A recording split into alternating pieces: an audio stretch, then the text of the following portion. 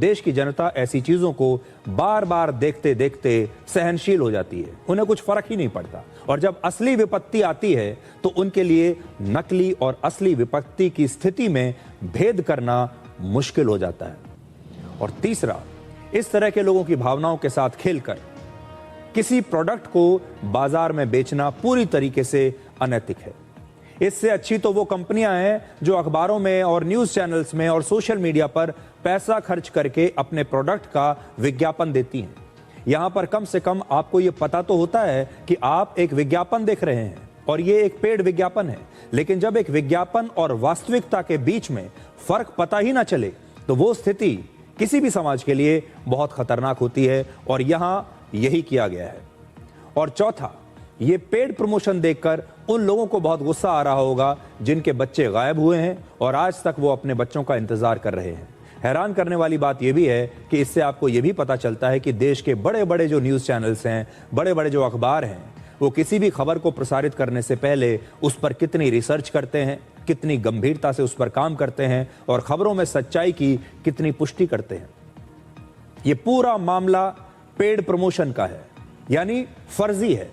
उसके बावजूद देश के तमाम बड़े बड़े न्यूज़ चैनल्स ने, तमाम बड़े बड़े न्यूज़ एंकर्स ने इस पर खबरें आपके सामने रख दी। और तो और सोचिए, दिल्ली के पूर्व मुख्यमंत्री अरविंद केजरीवाल ने भी इसे बेहद डराने वाली घटना बताकर राजनीति शुरू कर दी। उनका भी जरा बड़ी स्क्रीन पर मैं आपको दिखाता हूं, देखिए क्या कह रहे हैं। ये कहते हैं दिल्ली में सिर्फ 15 दिन में 807 लोग गायब हो गए, जिनमें सबसे ज्यादा महिलाएं और बच्चे हैं। ये हालात सामान्य नहीं, बेहद डराने वाले हैं।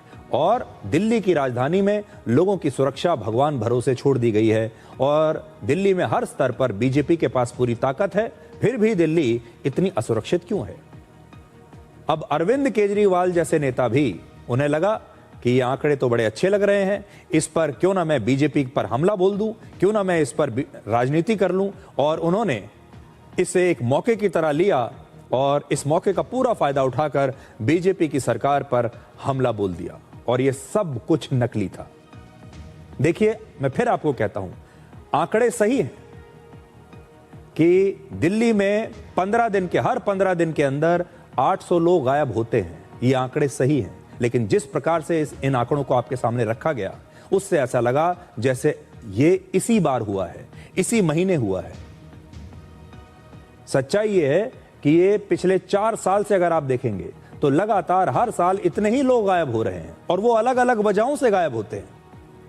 अब तक आपने पेड प्रमोशन के बारे में देखा, ये तो पेड प्रमोशन है, किसी फिल्म के लिए हो सकता है की गई हो या किसी और वजह से की गई हो, जिसमें जो सोशल मीडिया के इन्फ्लुएंसर्स हैं उन्होंने आपको डराने की कोशिश की, आपको बेवकूफ़ बनाने की कोशिश की। ये सारे वीडियोस आपके पास व्हाट्सएप पर आए होंगे, फेसबुक पर, सोशल मीडिया पर आपके पास आए होंगे। और हो सकता है ये किसी फिल्म को प्रमोट करने के लिए किया गया हो। अब वो फिल्म प्रमोट हुई या नहीं हुई, क्या इस पेड प्रमोशन के बाद वो फिल्म हिट हो गई, ये देखने वाली बात होगी। उस फिल्म को कितना फायदा हुआ, ये देखने वाली बात होगी।